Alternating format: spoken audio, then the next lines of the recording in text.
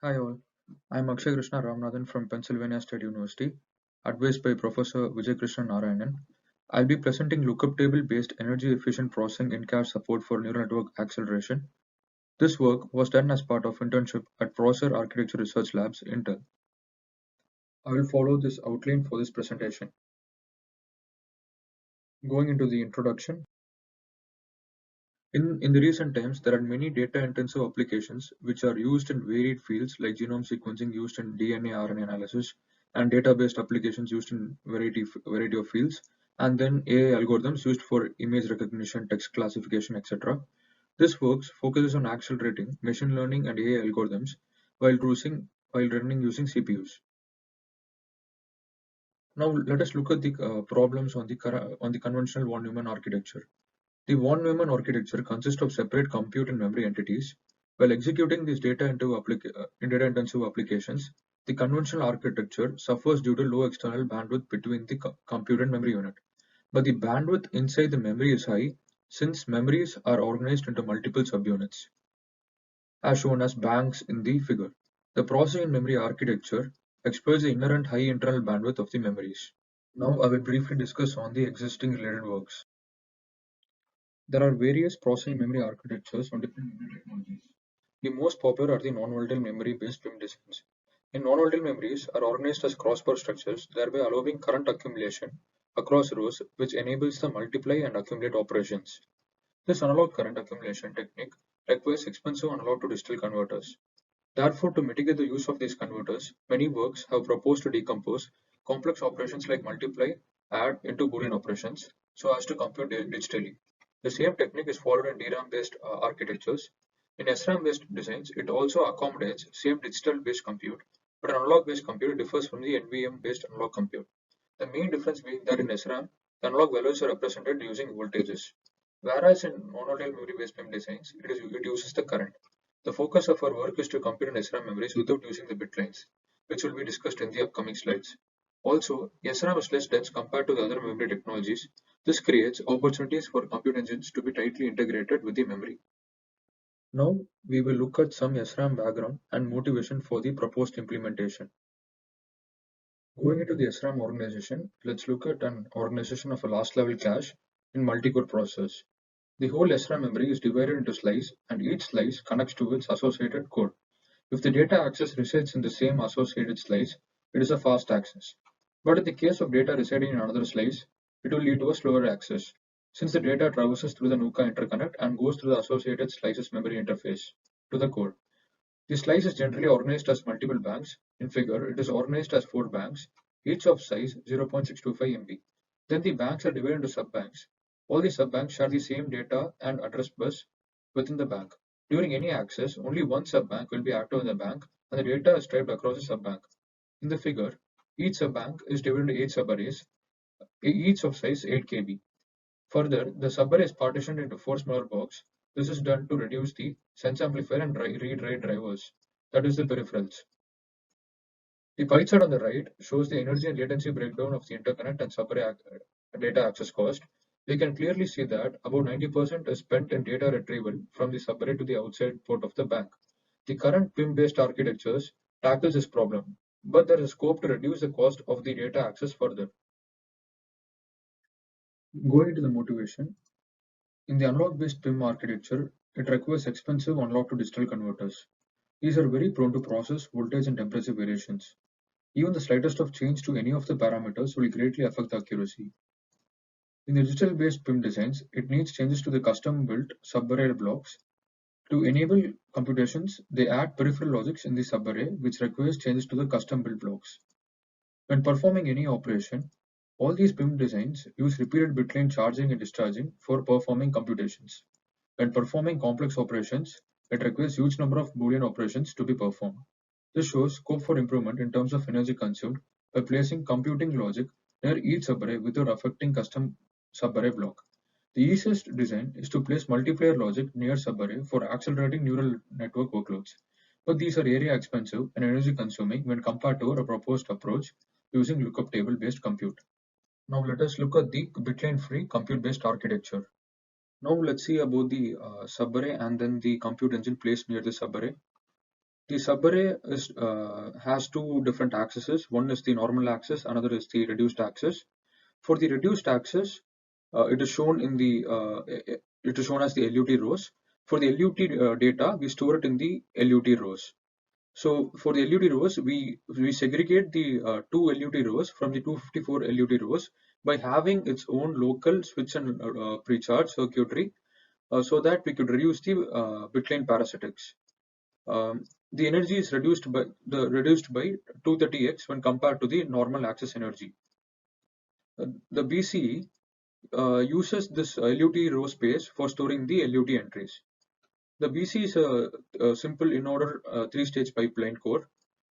It consists of three stages. First is the fetch. The fetch fetches the configuration block, which consists of the start, end address, and then to the operation to do. And then the second stage is the address generator, that is to look up the LUT entry. According to the operand, it will generate the address and then look up that particular address.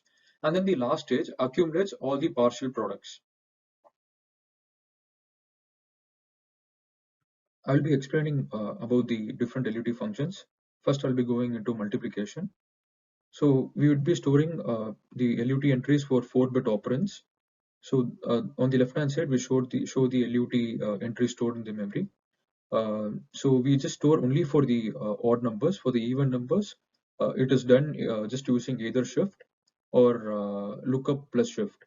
On the right hand side, we have shown a simple 3 cross 3 matrix multiply. Let's just see the output of the first row of the output matrix. For the first element, 4 into 7, it is just done using the shifting operation. So the 7 is shifted by 2 places. For the next element, 6 into 6, the lookup is done for 3 into 3, and then the output of that is shifted by 2 places to get the result for 6 into 6. And the final 7 into 15 is again done just by lookup.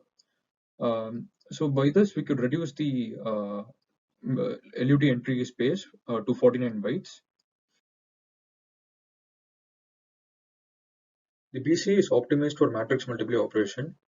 The BC is added with multiple shifters and adders so as to reuse the LUT entry data. Before, the one operand was multiplied with one operand and it was wasting the LUT fetch.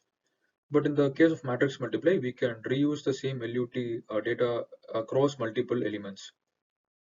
Also, the multiply is hardwired into the BCE so as to allow seamless systolic flow, which will be discussed further in the subsequent slides. In the timescale one, we fetch the input register A, the first row of the matrix A, and then the first row of the matrix B. And in the timescale one, we do a 4-bit operand multiply of A00 across the B0 across the first row of the B matrix, and is stored in the output register. In the next timescale, the second row of the B matrix is fetched and then is multiplied with the A01 element, and then this partials are accumulated into the same output register, and at the end of the final cycle we get the first row of the output matrix. This increases the efficiency of the matrix multiply operation by 8 times when compared to the convolution operation. Moving on to the activation functions, we use piecewise linear approximation method. For example, take this exponent curve on the left hand side. So the curves are approximated to the line segments. The curve between the x1 y1 and x2 y2 point is approximated to the line f1. So the f1 is represented with the slope alpha and constant k. These are the LUT entries stored in the memory. And then the x2 y2 and the x3 y3 curve is represented by the line f2 with corresponding alpha 2 and the constant value. So these are stored in the LUT entries. On the right hand side, we show a tanh implementation using piecewise approximation compared to the actual plot of the tanh. The last function is the divide operation. So to approximate the divide, the x and y are lying between 1 to 2, and you could see that this equation x by y is approximated to x into yh minus yl, yh meaning the higher order bits of the y, and yl meaning the lower order bits of the y, and the whole divided by yh square. So we use LUT to store the 1 by yh squared, and then it's a sequence of multiply operations. In our architecture, we enable systolic flow within the banks. In conventional banks, it allows connections between the subarray 1 of subbank 1 and subarray 1 of subbank 2. But then the subarrays within the same subbank does not have connection between them. To enable this connection, we have simple routers between the subarrays.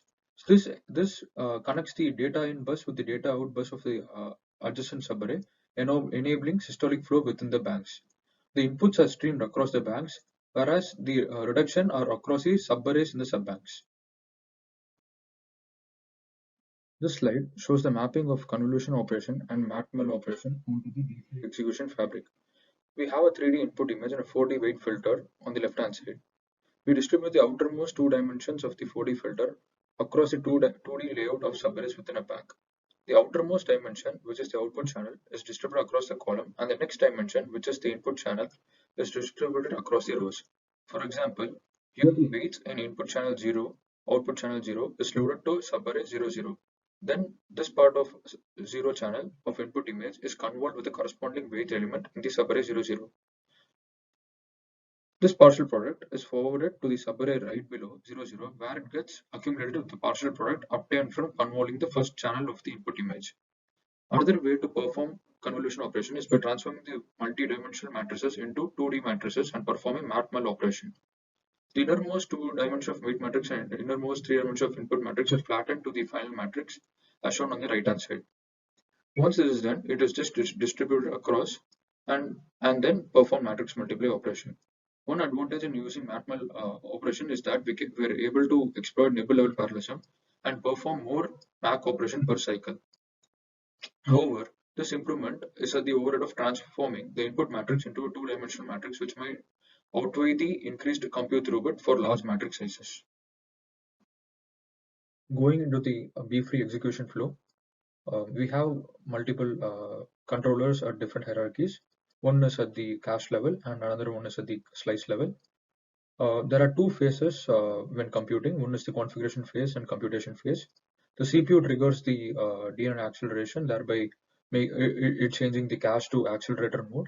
Then the cache loads the LUT entries and then configures the slice controller and then loads the weight filters.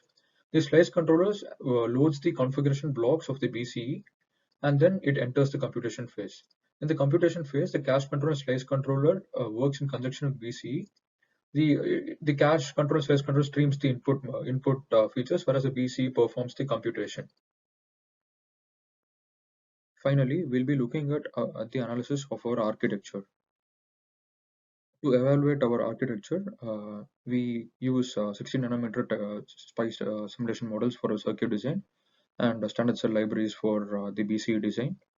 For the power and timing analysis, we use the Synopsys tools.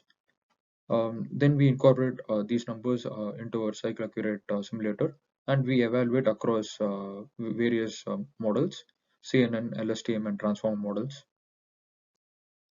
We compare our architecture to the state-of-the-art processing memory design neural cache when running in convolution mode. We show the speed up with respect to the state-of-the-art design while running mixed layers in Inception v3. We perform 1.72x faster and 3.14x energy efficient than the state-of-the-art implementation. The main benefits of B-free over the state-of-the-art are that we need minimal perturbation to the subarray. That way we run at higher frequency, as well as we don't repeatedly use our bit lanes to compute, thereby reducing the energy cost. And then we reduce our data movement overheads by enabling systolic flow. We compare our architecture while running in matmul mode with respect to near memory system Iris. We perform 3.79x faster than the Iris with ISO compute area. On the right hand side, we also show by changing our next level memory bandwidth how we can we can reduce our input load time. Also, the figure also shows for varied precision. Varied precision meaning that some layers are run using 4-bit without losing much accuracy. To show our reconfigurability nature of our lookup table based compute approach, We evaluate our architecture across LSTM and transformer models. We achieve very high speedups when running LSTM network compared to CPU and GPU. When running transformer model, we achieve 3x and 11x energy efficiency compared to the GPU. Thank you for listening. Please do attend my session at the conference.